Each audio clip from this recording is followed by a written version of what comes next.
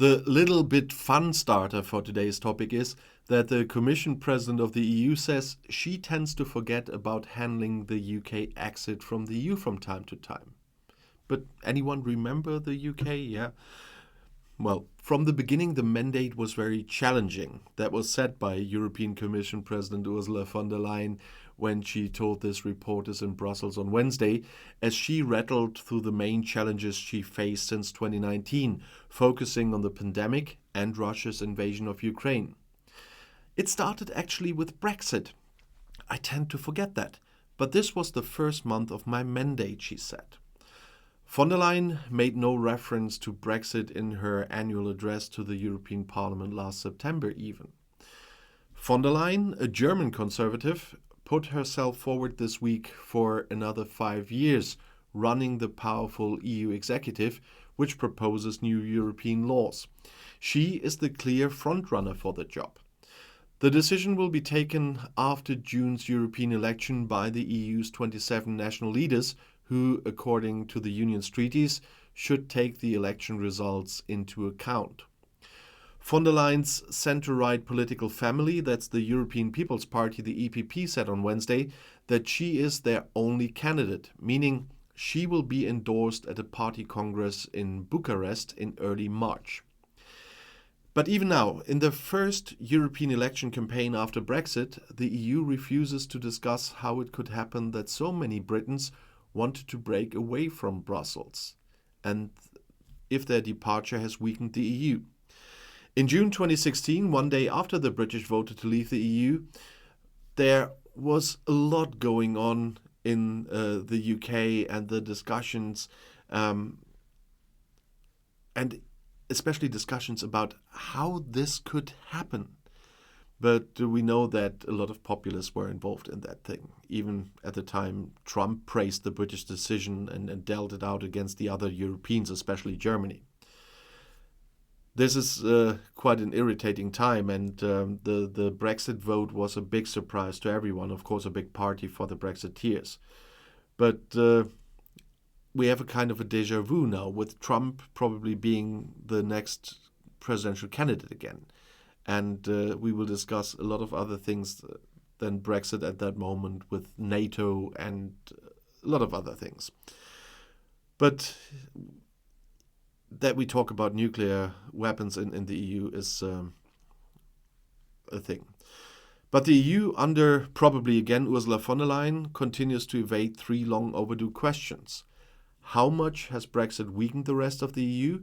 What responsibility does the EU bear for the alienation of the British people? And what do we learn from this? Great Britain is indeed the only European nuclear power besides France, and they have left the Union, with the important financial centre of London and a unique educational and cultural landscape. And we have lost the rights to just move to London, Glasgow or Belfast just like that. And all of this because there was a lot of irrational thinking in the whole about the EU, because they didn't understand it. And it's the same with the right-wing extremists in the AfD in Germany. I talked about their wish for Brexit. If AfD leader Alice Weidel wanted to cause a stir with her interview in the Financial Times I talked about 2 weeks ago, then at least she succeeded. And in the conversation with the British journalist, she spoke out in favor of a referendum on Germany's exit from the EU, and that's a Dexit. And in her opinion, such a referendum should only take place if previous attempts to reform the EU according to her party's ideas have failed. But the very idea of a Dexit is extremely dangerous. Economists agree that leaving the EU would endanger prosperity big time. A look at Great Britain and the consequences of Brexit since 2020 is enough to say that. In the referendum in 2016, 52% of the British people who took part voted to leave the EU and 48% voted to remain. And Great Britain's exit was completed in 2020.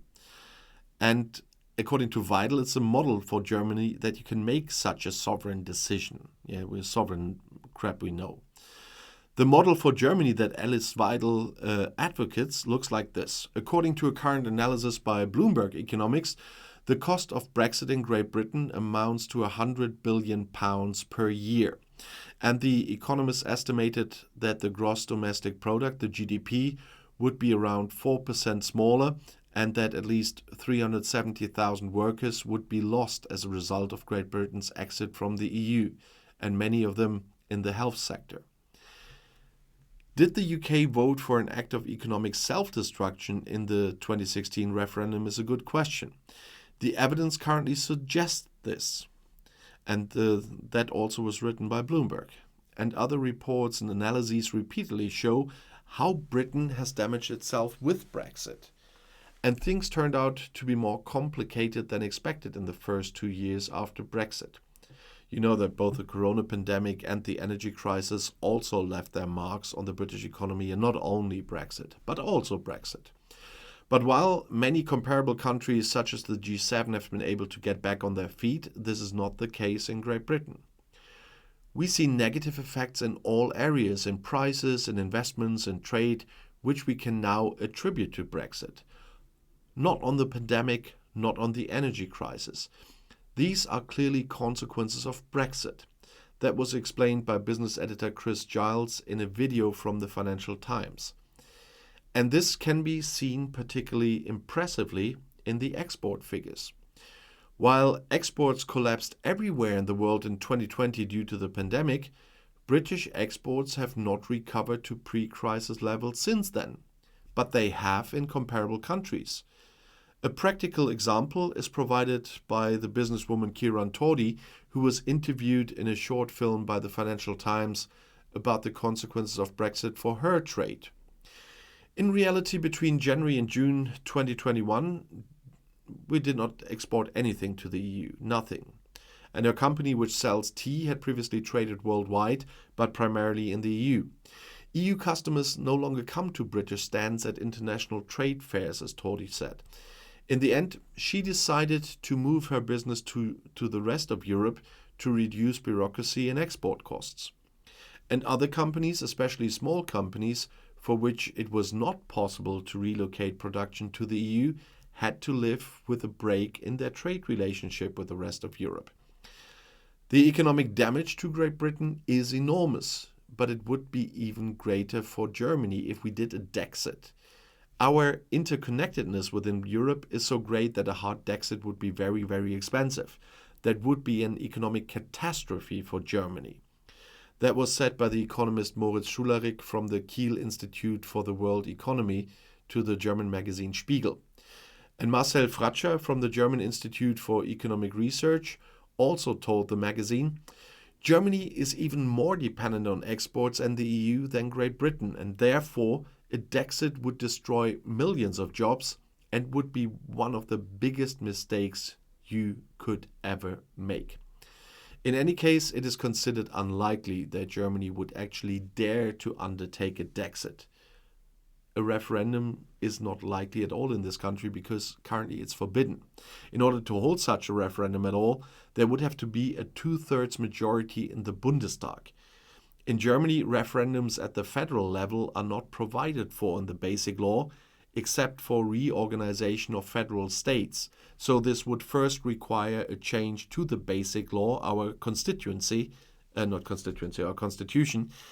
the Grundgesetz, that's Basic Law. And that will not happen. And that's why I said it's not possible under the current law to do that. You cannot have a referendum like this unless you change the constitution. And nobody except the right-wingers is intending to. But I started with the thing, did we have to learn something about it? Well, in the first place, the EU needs to do a better job in communication. They are communicating a lot, but it's more like in the bubbles, and that's the problem with social media times. If you want to reach people and have them really know about the EU, you have to do much more about education in the member states, about what the EU does and how the EU works. Because a lot of reason for Brexit was the thing that governments could blame a lot of their decisions on the EU because nobody in their country understood that it couldn't have been the EU doing this, because that's not how the system works, because that was a lot of legislation that was national legislation and not from the EU that was blamed, and the consequences that were blamed on the EU, because the people did not know what the EU really is. I mean, we all know it's an old tale now that one day after the referendum and the victory of the Brexit supporters, then suddenly people started to Google, what is the EU? A bit late. But if you want to know more, the next video is right here in the end screen. I'll see you there. I'll be back.